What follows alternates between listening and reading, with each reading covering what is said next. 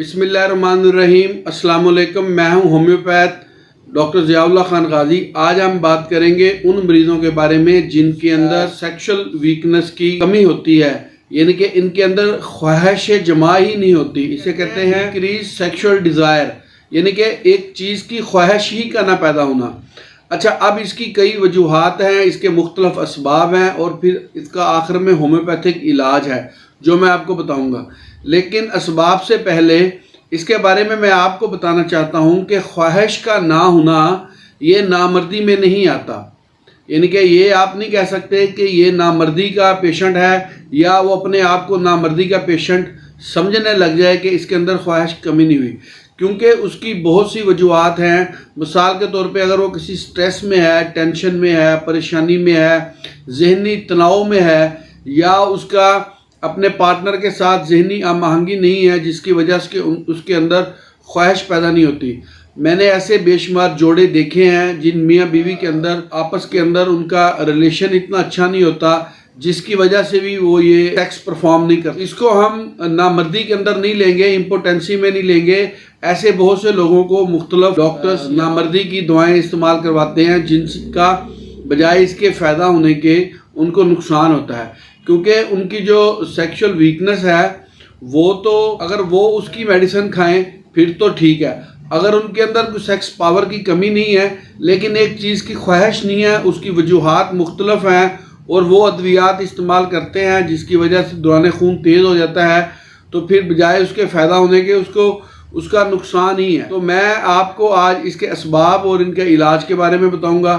असबाब के अंदर सबसे पहले बात कर लेते हैं। जिनसी ख्वाहिश का दारोमदार दोनों फ्रीकैन के सेक्स हार्मोन टेस्टोस्टेरोन के अखराज पर होता है, जिसकी कमी के बायस ये कैफियत पैदा होती है। इनकी वजूहात में जिगर और गुर्दों के फेल में कमी या थायराइड ग्लैंड्स के फंक्शंस के अंदर कमी, मुख्तलिफ अमराज जैसे थकावट, जहनी परेशानी, थकन, सूदगी या ऐसी अद्वियात का इस्तेमाल करना जो कि सुकून आवर हों, या ब्लड प्रेशर की अद्वियात का इस्तेमाल करना, या फिर नशावर अद्वियात का इस्तेमाल करना इसके असबाब में आता है। अगर दिमाग से सिग्नल आने में रुकावट पैदा हो जाए तो ये ज़्यादातर नफ्सियाती होता है, या फिर नए शादीशुदा जोड़े के अंदर जहनी आहंगी ना हो तो उसकी वजह से भी ये सेक्सुअल डिज़ायर जो होती है वो कम हो जाती है, या किसी जहनी तनाव की वजह से। इसके अलावा ये मर्दाना उज़ू के अंदर कोई कमज़ोरी हो, या सुजाक की वजह से कोई अद्वियात इस्तेमाल की हो पहले, या उज़्व तनासल के ऊपर कोई ज़ख़म वगैरह हो गया हो,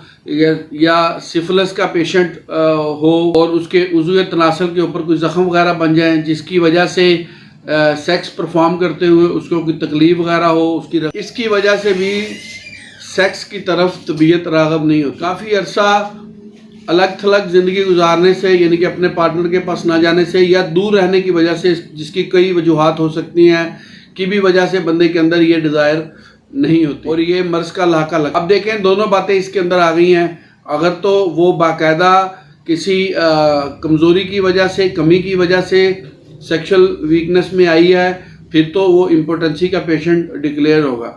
और अगर ये वैसे अदम दिलचस्पी की वजह से या जहनी तनाव की वजह से, किसी परेशानी या स्ट्रेस की वजह से अपने पार्टनर के पास नहीं जा रहा, या दोनों के अंदर जहनी आहंगी नहीं है जिसकी वजह से वो अपने पार्टनर के पास नहीं जा रहा और उसको सेक्स की जो है वो डिज़ायर नहीं हो रही, तो ये दोनों अलग अलग बातें हैं।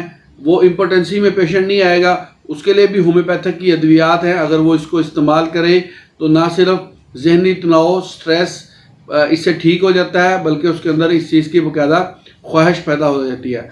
और अगर वो फिज़िकल किसी वजह से, यानी कि सुजाक या आशक की वजह से अगर वो पेशेंट बना है तो उसका होम्योपैथिक के अंदर एक अलग से इलाज मौजूद है जिसकी वीडियो मेरी इसी चैनल के ऊपर पड़ी है, वो आप देखिएगा। उससे भी सेक्सुअल जो पेशेंट है वो ठीक हो जाता है। और तीसरा, अगर किसी चोट की वजह से या वैसे टेस्टोस्टेरोन हार्मोन्स की कमी की वजह से इम्पोटेंसी हुई है तो उसके लिए भी मैंने एक अलग से वीडियो बनाई है, वो भी आप देख सकते हैं इसी चैनल के ऊपर, ताकि वो उसका अपना इलाज उन अलामात के मुताबिक अद्वियात इस्तेमाल करके कर सके। आज मैं आपको जो उसकी ख्वाहिश की कमी है जहनी तनाव की वजह से, या जो वजूहात मैं अपनी पहले तफसील से बता चुका हूँ, उन वजूहात की बिना पर अगर उसके अंदर सेक्सुअल डिज़ायर की कमी है तो वो अद्वियात आपको बताता हूँ। उसमें जो सबसे पहले होम्योपैथिक की दवा इस्तेमाल होती है उसमें है अनास्मोडियम।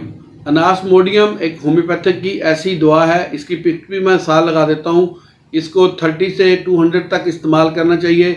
इसके अंदर अगर उसके अंदर ख्वाहिश पैदा नहीं हो रही, चाहे वो फीमेल हो या मेल हो, दोनों पार्टनर में कि जिसके अंदर भी सेक्सुअल डिज़ायर की कमी है वो इसको इस्तेमाल करे, तो ना सिर्फ उसकी जो ख्वाहिश दोबारा पैदा होनी जाती है बल्कि उसके अंदर एक जोश और वलवला पैदा होता है और वो अपनी इस एक्टिविटी को परफॉर्म करने लग जाता है। नेक्स्ट जो अगली इसके अंदर मेडिसिन है वो है ग्रेफाइटिस।